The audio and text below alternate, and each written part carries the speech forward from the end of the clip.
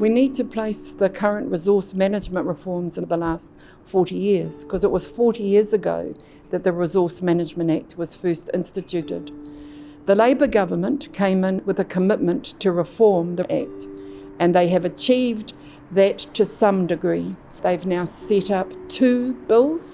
The first is the Natural and Built Environment Bill, and the second is the Spatial Planning Bill.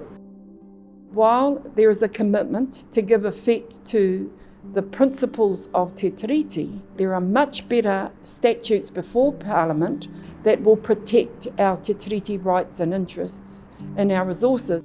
The current Te Tiriti clause needs amendment to be consistent with the Education and Training Act.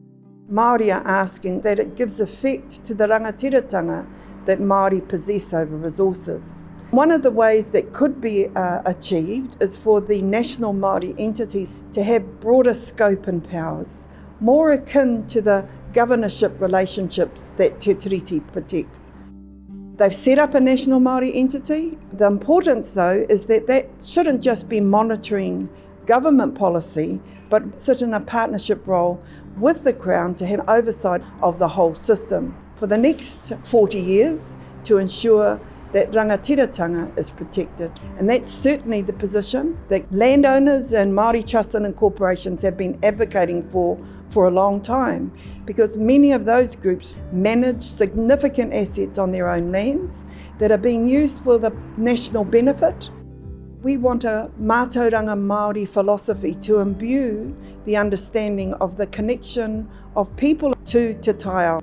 One of the key problems that we have is that it doesn't actually give effect to that in practice. Te mana o te wai was a concept that was embraced. It's simple in its understanding and its application. Te oranga o te taiao is less so. We should be looking to amending the framework to align or be more akin to te mana o te wai, so that our present conduct must be limited by those obligations.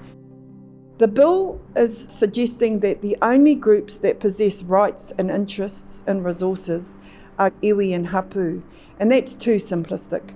We need to have a definition that ensures those that possess power and authority at place are included in all decision-making processes around future use, management and protection of resources. Our preferred definition is mana whakahaere, as is in te mana o te wai. Mana whakahaere includes hapu at marae, landowners, trusts and incorporations, and all of those entities that link to them have a role in protecting the decision-making over rights and interests.